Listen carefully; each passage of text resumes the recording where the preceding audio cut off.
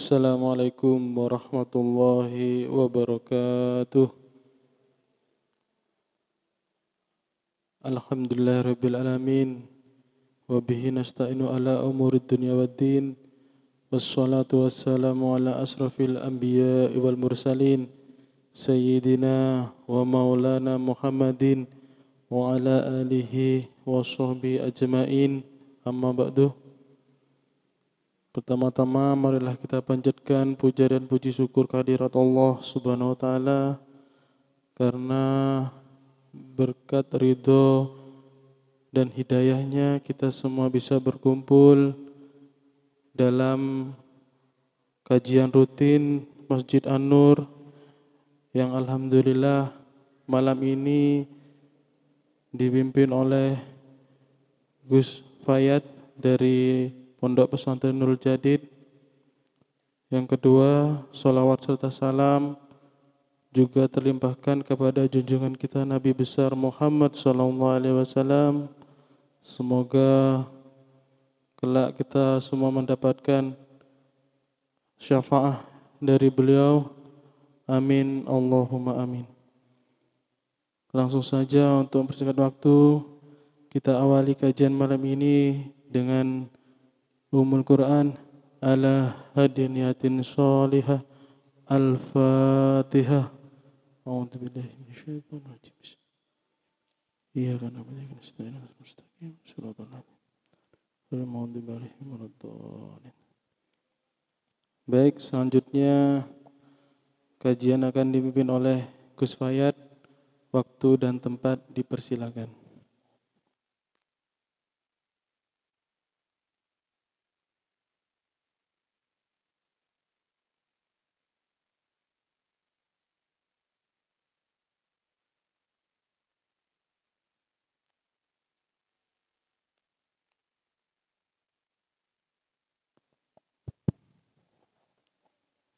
Assalamualaikum warahmatullahi wabarakatuh.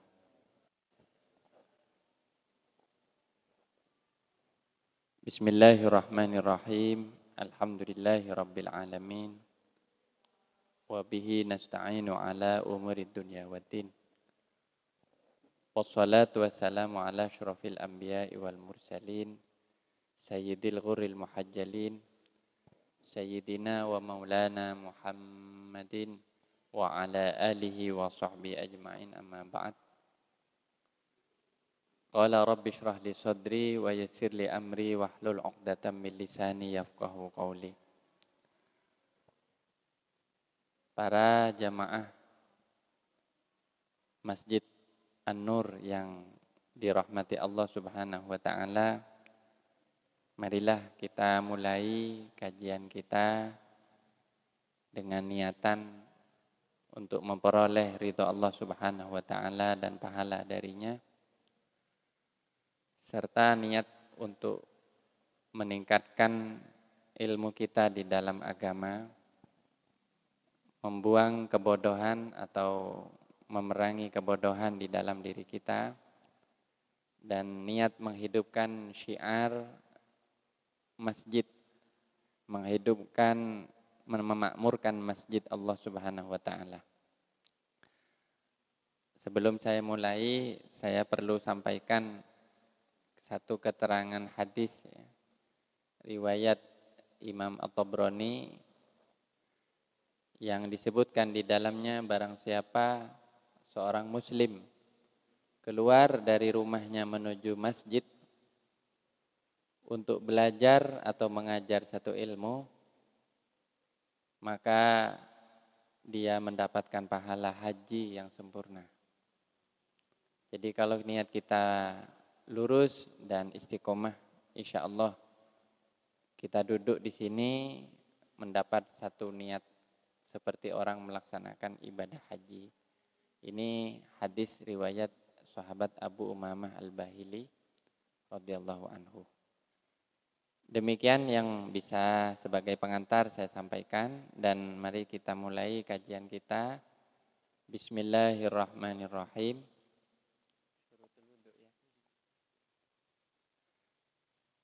Saya Fatihah lagi ya untuk musannif pengarang ini. pengarang kitab ini, yaitu Asy-Syaikh Al-Allamah Salim bin Sumair Al-Hadrami beserta pensyarahnya Asy-Syaikh Muhammad An-Nawawi Al-Bantani dan para guru kita yang lain. Ala hadinah wa ila hadratin Nabi Sayyidina Muhammadin sallallahu alaihi wasallam. Al-Fatihah. Bismillahirrahmanirrahim.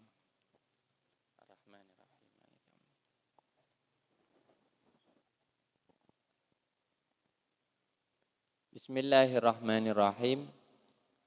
Faslun, adapun ini ialah fasal, artinya pemisah pembahasan. Syurutul wudu'i asyratun. Adapun syarat-syarat wudu itu ada 10. Al-islamu, 1 Islam, wat tamyizu, dan 2 tamyiz. Wan naqa'u anil haidi wan nifasi, dan bersih dari haid dan nifas. Wa amma, dan dari sesuatu yamna'u, yang mencegah wusulal ma'i, kepada sampainya air, ilal basyarati, ke kulitnya. Wa alla yakuna alal adwi, dan tidak boleh ada alal adwi, di atas anggota badan itu, ma yughayyirul ma'ah, sesuatu yang mengubah al-ma'ah kepada air. Wa ta'allumu, dan belajar, wal ilmu, ya, wal ilmu, dan mengetahui bi fardiyatihi, dengan fardunya wudu. Wa alla ya'taqida fardhan min furudihi sunnatan, dan tidak meyakini, maksudnya orang yang berwudu itu, fardhan kepada satu fardu, min furudihi, dari fardu-fardunya wudu, sunnatan, sebagai perkara yang sunnah.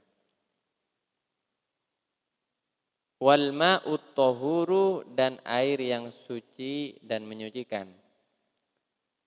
Wa dukhulul waqti, dan masuknya waktu, ya, artinya masuk waktu salat. Wal muwalatu, dan bersegera, ya, berturut-turut, artinya bersegera dengan di situ diartikan apa?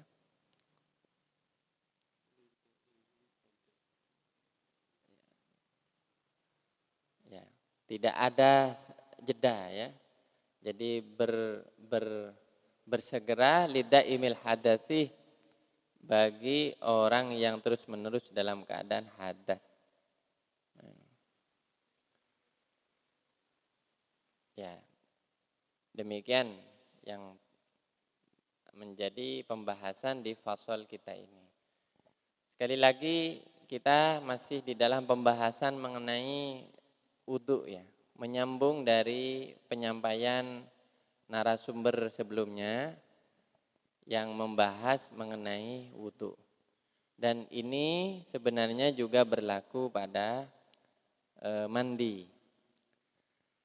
Syarat-syarat wudu. Apa yang dimaksud dengan syarat wudu? Artinya sesuatu yang tidak dilakukan di dalam wudu, tetapi sebelum orang berwudu. Syarat itu bedanya dengan rukun. Kalau rukun itu sesuatu yang include, ya, sesuatu yang ada di dalam amal perbuatan itu rukun. Kalau tidak ada itu, maka amal itu tidak sah, itulah rukun. Kalau syarat itu sesuatu yang tidak termasuk di dalam perbuatan itu, namun jika itu tidak dipenuhi, maka perbuatan itu tidak sah. Sama-sama tidak sah, itu, ya. Itu syarat namanya. Jadi bedanya cuman penempatannya. Kalau rukun ada di dalam perbuatannya, kalau syarat itu ada di luar atau sebelum atau mendahului dari perbuatan. Sehingga antara syarat wudu dan rukun wudu itu berbeda. Kalau rukun wudu kita tahu antara lain nanti, ya, membasuh niat, membasuh muka, niat membasuh muka, ya. Ini sudah dipelajari sebelumnya, insyaallah. furudul wudu itu sudah masuk ya, sudah. Nah, itu fardu-fardu wudu ya. Sekarang ini syarat-syaratnya. Artinya apa? Sahnya wudu itu bergantung kepada 10 syarat ini. Menurut pendapat mazhab yang kita ikuti atau mayoritas kita ikuti di sini, yaitu mazhab Imam Asy-Syafi'i rahimahullah. Yang pertama adalah Islam. Ya. Yang pertama adalah Islam. Artinya orang itu dalam keadaan muslim, maka tidak sah wudunya orang kafir. Ya. Jadi tidak sah wudunya orang kafir. Jadi kalau ada orang yang tidak kafir itu, yang tidak muslim ya, yang kafir, yang musyrik, naudzubillah, berwudu itu tidak ada artinya, tidak sah itu, tidak sah. Kemudian yang kedua adalah tamyiz. Tamyiz itu artinya mampu membedakan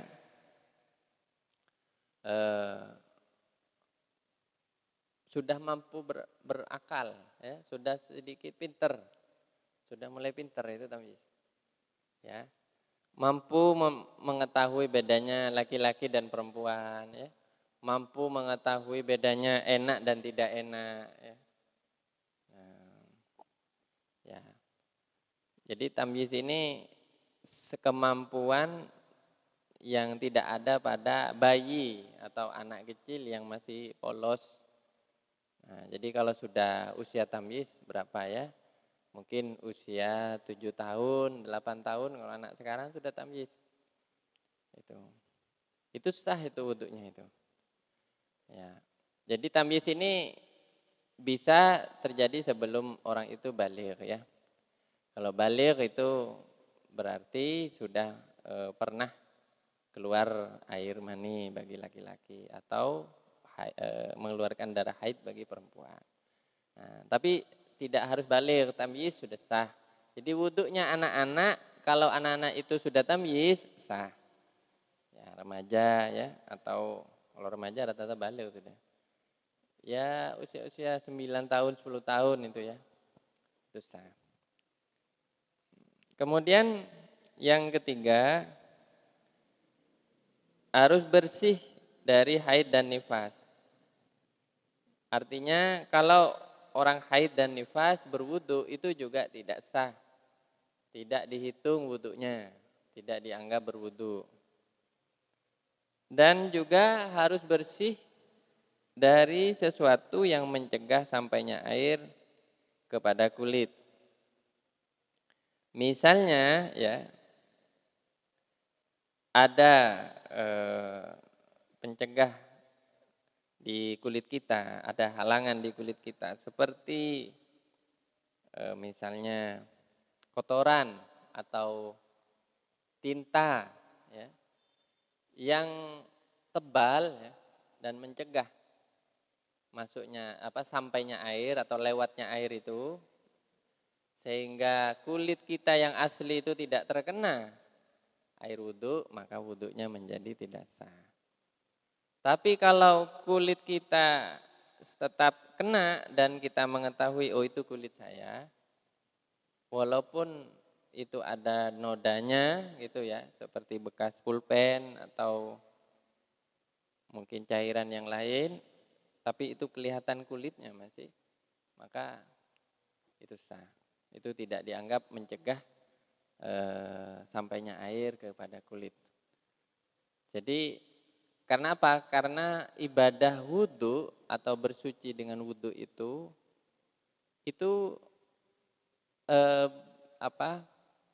tidak sekadar basah gitu ya. Tidak sekadar kulit kita basah, tangan kita basah, muka kita basah, dan juga tangan dan kaki kita, termasuk rambut kita. Tapi bagaimana itu sampai air itu? Sampainya air itu ya artinya air itu mengalir di atas kulit itu. Nah, kalau sekadar basah tapi di bawah itu kulitnya tidak kena, walaupun sedikit, dan itu termasuk di dalam anggota wudhu, maka menjadi tidak sah wudhunya karena tidak terpenuhi syarat-syaratnya. Artinya wudhunya harus diulang. Sehingga hati-hati kita kalau misalnya sholat, ternyata di kaki kita ada lem misalnya ya, atau kastol atau apa ya, ya merek-merek lem ya, Alteco. Ada sah itu otomatis. Kenapa? Karena lemnya itu menutup kepada kulit. Meski transparan tapi menutup kulit itu, lem itu. Nah, kalau perempuan hati-hati kalau pakai rambut tiruan rambut palsu. Ya, karena kalau mengusap rambut itu ya, mengusap sebagian kepala, mashu ba'dir ra'si, kalau menurut mazhab Imam Syafi'i cukup mengusap sebagian kepala. Mau sedikit yang penting itu masuk kepada areal kepala alias rambut ya. Kalau misalnya botak ya cukup diusap kepada bagian yang biasa tumbuh rambut. Nah, tapi kalau kemudian ketutupan apa misalnya ya, ketutupan kulit apa itu rambut palsu atau semacamnya, maka tidak sah itu. Harus dibuka. Makanya kayak manten itu ya, manten itu kan banyak dandanan tuh. Manten baru ya. Khususnya perempuan ini yang ruwet ini. Itu tidak sah wudhunya. Kalau make up-nya itu masih tebal. Ya kalau cuman tipis begini masih kelihatan kulitnya, masih kelihatan. Tapi kalau make up-nya tebal, mohon maaf, tidak ada toleransi. Mau wudhu seperti apa tidak bisa. Makanya kalau manten itu sebaiknya jangan di jam-jam sholat ya, supaya begitu sudah waktunya sholat, dia segera bisa sholat. Ya. Jadi intinya wudhu ini harus sampai airnya kepada kulit kita. Dan yang dimaksud kulit itu adalah kulit yang menjadi anggota wudhu. Adapun paha, ya, kemaluan dan di atas kemaluan itu karena bukan anggota wudhu, maka tidak apa-apa kalau ada hambatannya di situ. Nah, nanti kita akan bahas sedikit yang mengenai wudhu'ul jabirah. Al-wudhu bil jabirah, al-wudhu ma'al jabirah, wudhu beserta balutan. Seperti adanya salon pas atau apa ya. Misalnya kita sakit, bagaimana kalau ada balutan yang tidak bisa dilepas itu. Itu beda lagi hukumnya. Itu ada toleransi untuk tidak diberi air, tidak boleh kena air kan itu kan. Tapi bagaimana caranya? Nanti ada harus pakai tayamum juga gitu. Tayamum itu wudhu'ul jabirah ya. Baik, kemudian syarat berikutnya itu harus mengetahui fardunya wudhu. Bahwa wudhu itu fardu. Fardu sebelum orang menjalankan ibadah sholat. Nah, harus tahu itu. Nah, kalau dia dia itu wala ya'taqidah, jadi dia harus sadar bahwa dia menjalankan wudhu itu yang fardu gitu loh. Kalau dia tidak sadar, yang penting asal begini. Saya ini tadi wudhu apa enggak sah. Jadi kalau enggaknya hati-hati kalau bangun tidur itu ya kita langsung wudhu gitu. Ini wudhu apa? Gitu kan. Apakah wudhu sunnah atau sekadar cuci muka? Kalau sudah cuci muka maka tidak sah itu. Itu bukan wudhu ya, meski sudah berkali-kali gitu. Tapi harus sadar, harus tahu bahwa memang dia sedang wudhu fardu. Artinya wudhu untuk dibolehkannya melakukan sholat. Nah, dan kita sudah tahu mungkin belajar sebelumnya bahwa kalau orang wudhu sunnah maka tidak sah untuk wudhu dengan niat tertentu ya maksudnya. Itu tidak sah untuk dipakai sholat. Misalnya saya wudhu untuk baca Al-Quran. Misalnya niat wudhu untuk baca Al-Quran. Maka dipakai buat sholat tidak boleh itu. Wudhunya itu. Dia harus wudhu khusus untuk. Makanya kalau bisa wudhu itu niat untuk sholat saja. Karena kalau sholat boleh, maka yang lain-lain ibadah sunnah menjadi ikut. Seperti sholat sunnah, baca Quran, iktikaf, kemudian memegang Al-Quran dan seterusnya itu. Nah, atau secara umum paling bagusnya yaitu lebih netral li raf'il hadatsil asghar, untuk menghilangkan hadas gitu saja sudah. Ya, kalau menghilangkan hadas buat keperluan apapun boleh. Tapi kalau khusus saya wudhu hanya niat buat iktikaf misalnya, maka dipakai buat sholat tidak boleh, harus wudhu lagi. Karena wudhu ini memang ibadah yang sangat spesifik ya, sangat khusus, niatnya menentukan kepada maksud dari wudhu itu dan kesahannya juga. Makanya dia harus tahu kefarduannya wudhu itu. Kemudian dia tidak boleh meyakini bahwa salah satu dari fardunya wudhu itu sunnah. Ya. Misalnya dia menganggap masih ada di dalam pikirannya basuh muka ini boleh ditinggal. Gitu. Maka tidak sah. Itu. Karena sebenarnya fardunya wudhu kan tidak banyak. Ya, pada intinya adalah ada yang bersifat kolbi hatinya, hati yaitu niat. Ya. Kemudian gerakan yaitu membasuh muka, membasuh kedua tangan, ya, mengusap sebagian rambut, dan membasuh kaki. Itu yang gerakan. Jadi cuma ada dua modelnya ya. Tipenya ada yang bersifat hati, ada yang bersifat gerakan. Itu fardunya wudhu itu. Dan tertib ya kalau.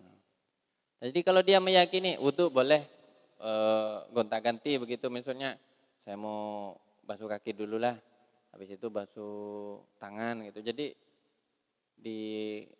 diganti-ganti tidak tertib ya, tidak urut-urutan. Ini dia meyakini itu boleh, maka tidak sah wudunya. Ya, tidak sah wudunya. Jadi makanya harus belajar ya. Tapi misalnya dia meyakini bahwa sebagian dari dia salah sangka. Dia meyakini sunnahnya wudhu itu fardu.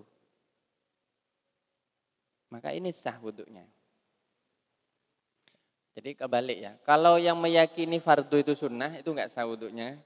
Tapi kalau meyakini yang sunnah itu fardu, itu sah. Seperti apa? Ini. Mengusap telinga. Mengusap telinga itu.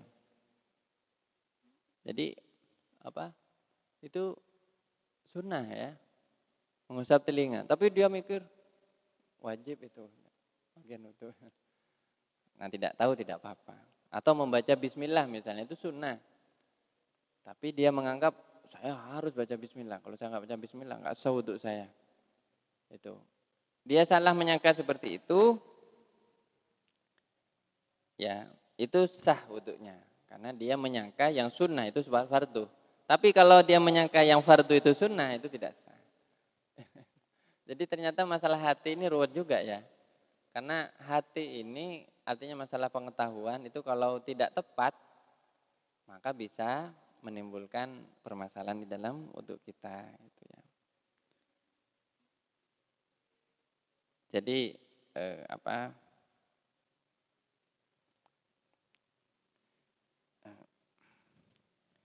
Jadi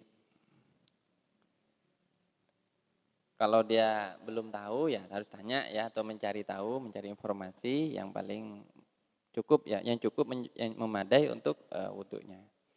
Seperti ini juga ya, ini sebagian ulama ada yang mensunahkan, ada sebagian tapi kaul yang lebih unggul itu menganggapnya itu makruh ya. Mengusap leher ketika wudhu itu ya. Itu bahkan Imam An-Nawawi mengatakan itu bid'ah. Bid'ah yang menyesatkan. Bagaimana? Kenapa? Karena tidak ada hadisnya. Begini, yang menganggap sunnah itu cuma satu, Imam Ghazali yang masyhur ya. Tapi ulama-ulama yang lain memprotes, tidak setuju dengan pendapat Imam Ghazali. Imam Ghazali mengatakan mengusap leher itu, mengusap leher ketika wudhu begini, itu bagus katanya. Supaya apa? Imam Ghazali pakai pendekatan tasawuf supaya leher kita ini enggak digandoli setan. Supaya leher kita kelak di akhirat lepas dari belenggu-belenggu. Karena besok manusia itu naudzubillah ya, di akhirat itu akan dibelenggu ya dengan leher-leher ditarik ke neraka gitu ya, naudzubillah. Makanya kalau leher kita di sini insyaallah leher kita enggak. Tapi kata Imam Nawawi, dan Imam Nawawi ini panutan ya, kalau ada pendapat yang banyak diunggulkan pendapat Imam Nawawi. Itu mengatakan nggak boleh itu. Jangan menganggap itu adalah sunnah, karena Nabi SAW tidak melakukan itu. Jadi memang harus hati-hati, kadang kita mengada-ngadakan sesuatu yang tidak diadakan oleh Nabi SAW ya. Kalau dalam masalah ibadah murni ini nggak boleh kita menambah-nambah seperti itu. Jadi ya terserah, kalau ada yang mau melakukan ikut kepada pendapatnya Imam Al-Ghazali dibolehkan. Sampean jenengan suka apa? Ngusap leher ketika wudhu tidak apa-apa, dibasahi. Mungkin lebih seger atau gimana gitu kan ya. Tapi pendapatnya siapa itu? Itu pendapatnya Imam Ghazali. Tapi kalau ikut pendapat yang kuat dalam qaul mazhab Imam Syafi'i itu makruh ya. Kalau bisa tidak usah dilakukan. Sekali-kali tidak apa-apa, tapi jangan sering-sering, kata seorang kiai begitu. Saya pernah tanya, gimana ini kiai kok pendapatnya bertentangan? Sekali-kali saja, tapi jangan sering-sering, takut dianggap sunnah. Gitu. Ya. Adapun ya yang lain ya, saya kira tidak ada kasus yang begitu ya kalau masalah wudhu ini ya. Tapi yaitu yang penting jangan sampai meyakini bahwa yang fardu dari wudhu itu hanya perkara sunnah saja. Tapi kalau dia terlanjur meyakini yang sunnah dari wudhu itu sebagai perkara yang fardu, itu wudhunya masih sah. Kemudian berikutnya itu airnya harus jelas suci dan menyucikan. Seandainya air itu mustamal, menurut mazhab Imam Syafi'i tidak sah wudhunya. Artinya air itu sudah digunakan oleh wudhu yang sebelumnya gitu ya. Atau bekas wudhu dari dia sendiri gitu. Atau air itu bercampur dengan unsur yang lain-lain yang merusak kepada kualitas air itu dalam menyucikan wudhunya. Dan yang berikutnya itu masuk waktu ya dan bersegera ya. Bagi ya ini ada ketentuannya tapi ya. Bagi orang yang daimul hadas, yang terus-menerus dihantui oleh hadas, terus-menerus dikejar hadas atau dihantui hadas. Seperti apa? Orang yang terus-menerus itu keluar air kencing gitu ya. Jadi kalau kata orang Madura, cercer. Nggak tahu bahasa apa cercer. Nah, itu apa? Ya gitu, pokoknya terus bentar-bentar. Jadi tidak terkontrol, air kencingnya tidak terkontrol, air seninya tidak terkontrol, maka sah wudhunya asalkan dia tahu waktu sudah masuk dan dia segera berwudhu itu. Dia segera berwudhu, artinya jangan sampai kering. Ya, wudhu, jadi mualat ini ukurannya kalau kita tidak membiarkan anggota wudhu kita itu kering. Kalau misalnya gini, ini tidak mualat namanya ya. Basuh muka. Habis itu keluar dari tempat wudhu, masih nunggu santai, rokok. Ya. Terus basuh tangan. Nah, ini kalau tidak daimul hadas, sah wudhunya. Tapi kalau daimul hadas, artinya orang yang orang yang terus-menerus hadas itu, ya, itu maka tidak sah wudhunya. Kalau seperti itu cara wudhunya. Jadi wudhunya itu harus satu kali ronde gitu ya, satu rangkaian langsung. Itu al-mualat. Artinya bersegera itu bersambung satu. Nah. Tapi misalnya kita tidak daimul hadas, boleh kita wudhu seperti itu. Cuman makruh. Makruh. Jadi misalnya wudhu basuh muka, duduk dulu lah, santai gitu kan. Dapat 2 menit, 3 menit, basuh tangan. Mungkin wudhu kayak baru. Tapi tapi ini anu ya, apa makruh ya. Jadi asal tidak daimul hadas ya. Kalau daimul hadas tidak boleh untuk kayak gitu. Kenapa? Karena dia khawatir ketika dia menjeda ya, menjeda salah satu anggotanya, itu hadas, rusak wudunya. Termasuk dalam hukum hadas muhdalas itu apa? Orang mustahadah, perempuan haid, perempuan istihadah. Nah, kalau perempuan istihadah, kita tahu istihadah itu berbeda dengan haid. Orang istihadah tetap wajib sholat. Hanya dia wajib berwudu setiap kali masuk waktu sholat. Jadi dan wudunya harus dengan al-muwalat atau bersambung ya, bersegera dengan ininya. Begitu juga orang yang sering keluar madhi ya atau cairan dari kemaluannya. Nah, ini syarat-syarat wudu. Adapun syarat-syarat di luar ini ya tidak ditemukan syarat-syarat yang lainnya. Jadi kita cukupkan syaratnya pada 10 syarat ini. Karena seringkali kita kadang lalai khususnya ini ya. Wudu dalam keadaan terhalang misalnya oleh sesuatu yang ada pada kulit kita. Maka ini bisa menghalangi kesahan wudu. Baik, sedikit tadi karena saya menjanjikan adanya keterangan mengenai wudu bagi orang yang punya balutan ya. Seperti orang yang luka.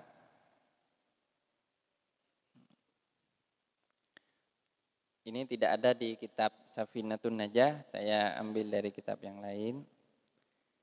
Jadi kalau ada orang terluka di anggota yang dia wajib diwudui, ya, maka ada beberapa cara.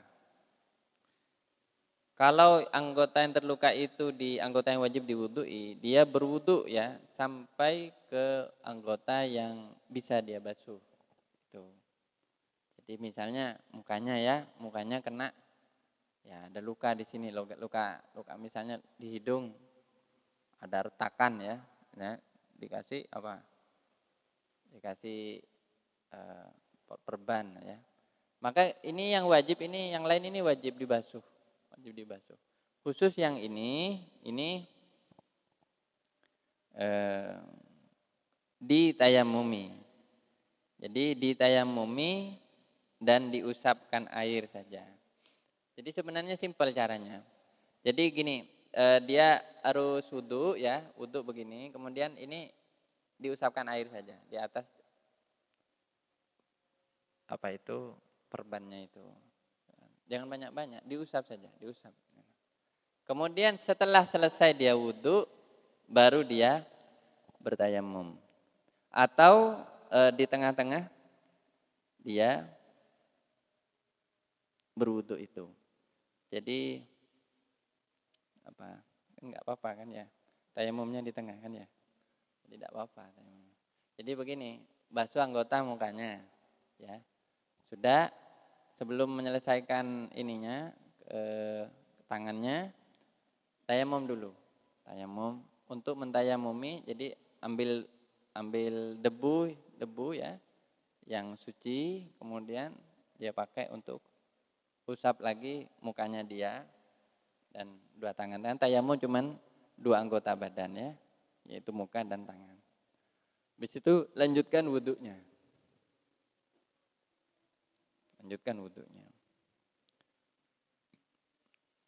Yang paling afdol katanya para ulama fikih mazhab Syafi'i ini tayamum dulu. Ya. Ini bagi yang mandi. Oh ya, ini bagi mandi ya, bagi yang mandi. Ini tapi kalau wudu dulu ya, baru di tengah-tengahnya itu tayamum ya, tayamum.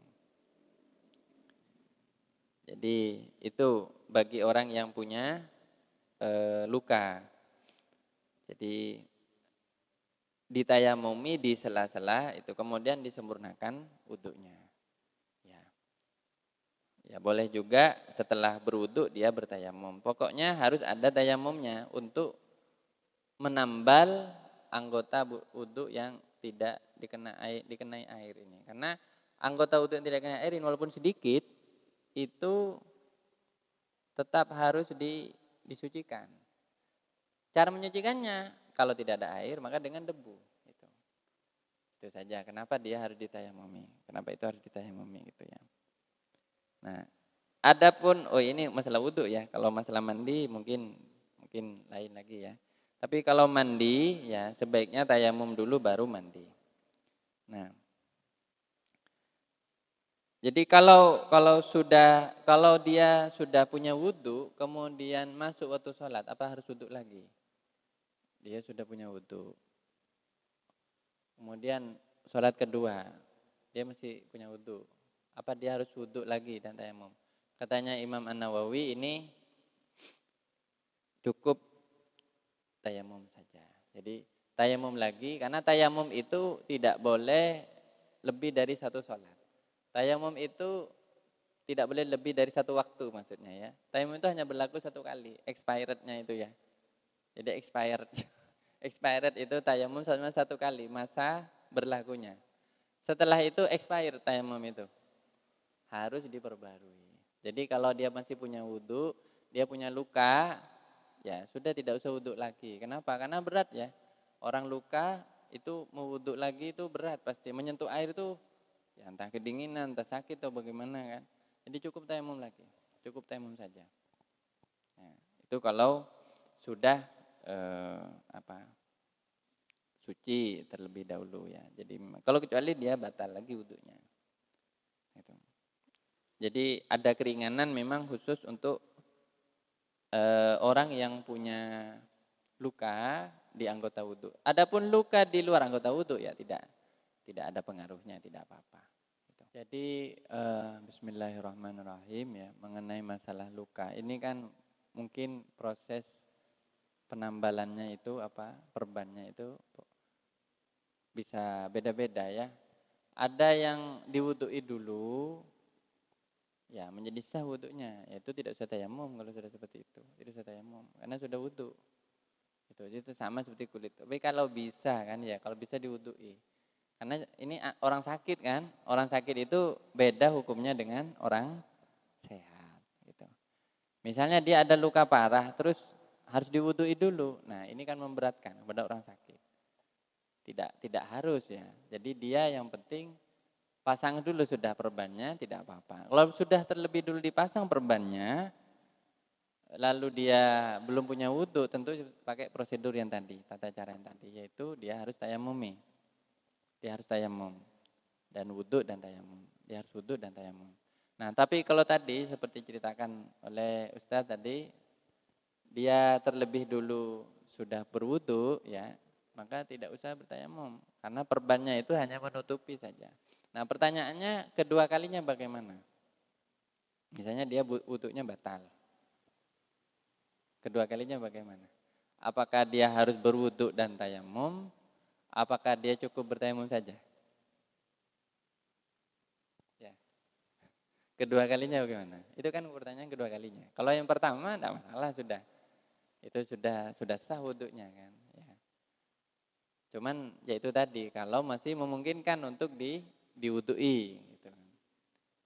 Tapi kalau sudah tidak memungkinkan untuk diwudhui bagaimana? Ya pakai tadi. Jadi sebenarnya perban itu dipasang tidak harus dalam keadaan dia punya wudhu. Kalau perban itu dipasang dia sudah punya wudhu, maka tidak usah tayamum tentunya. Karena sudah sah kepada ikut wudhunya itu. Tapi kalau dia memasang perbannya itu dalam keadaan hadas atau tidak punya wudhu, maka dia harus berwudhu dan bertayamum. Ya. Sekarang pertanyaannya tadi, kalau dia sudah punya wudhu, kemudian diperban, kemudian begitu masuk waktu sholat kedua, perbannya belum dibuka. Artinya harus dipasang, tetap terpasang. Bagaimana? Dia kalau kasusnya seperti itu maka mengikuti seperti yang saya sampaikan tadi itu.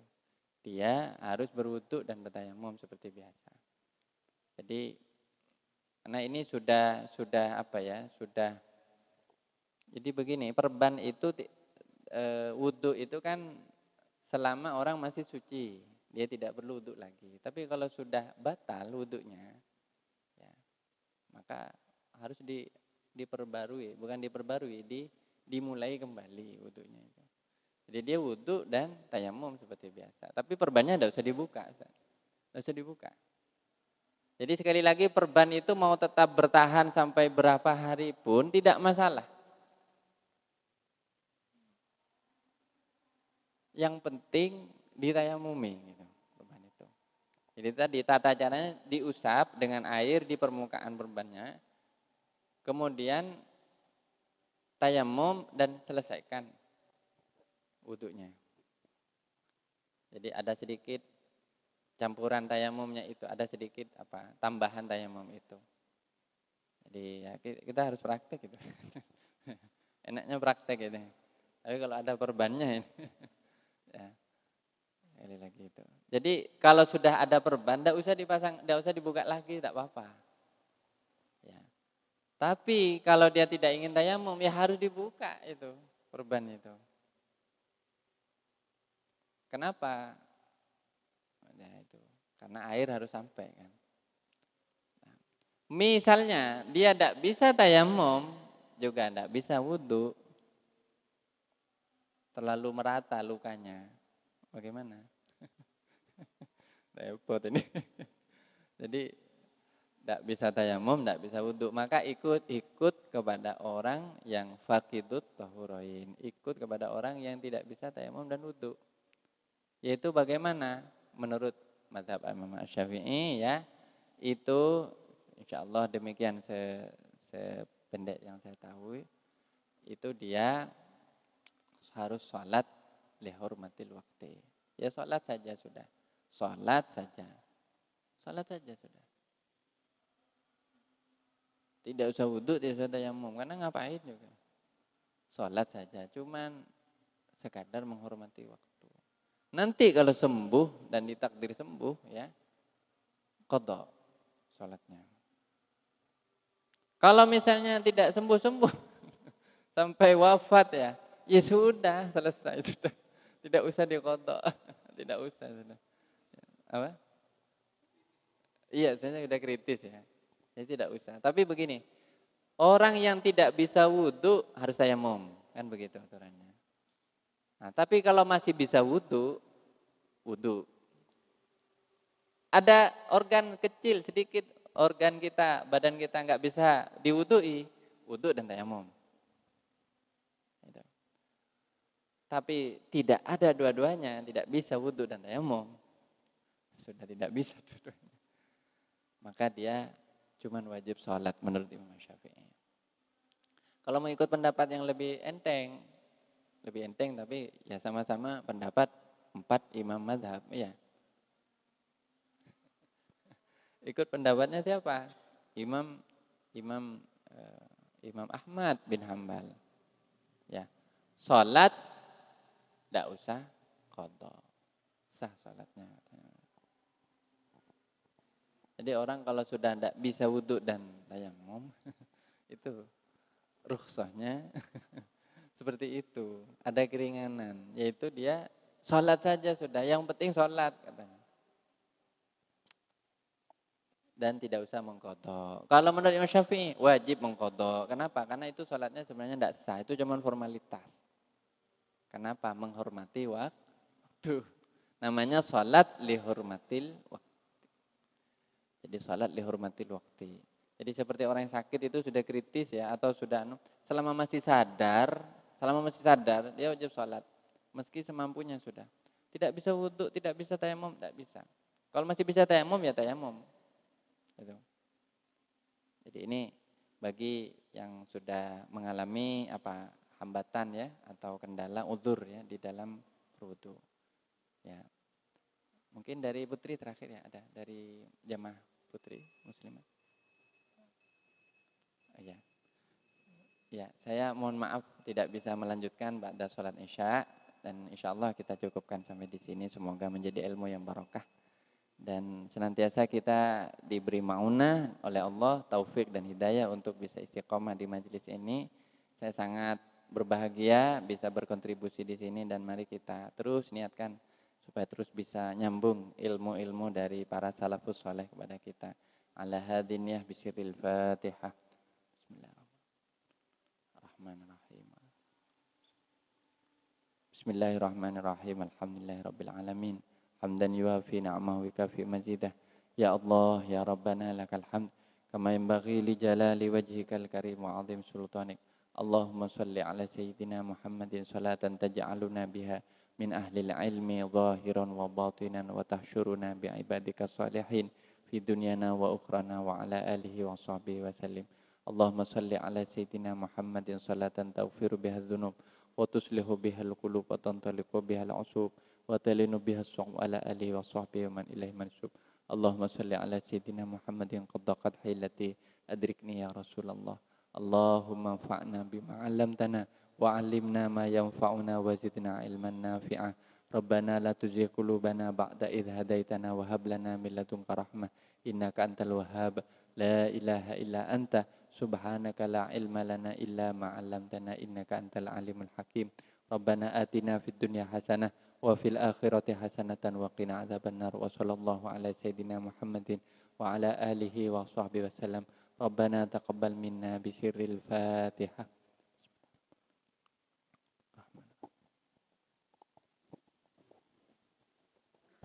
Alhamdulillah. Terima kasih Gus Wayat. Semoga kita mendapatkan barokah dari kitab Safinatun Najah dan juga barokah ilmu yang disampaikan oleh Rafayat. Terima kasih atas kehadirannya. Sampai bertemu di malam Rabu minggu depan. Wabillahi taufiq wal hidayah. Wassalamualaikum warahmatullahi wabarakatuh.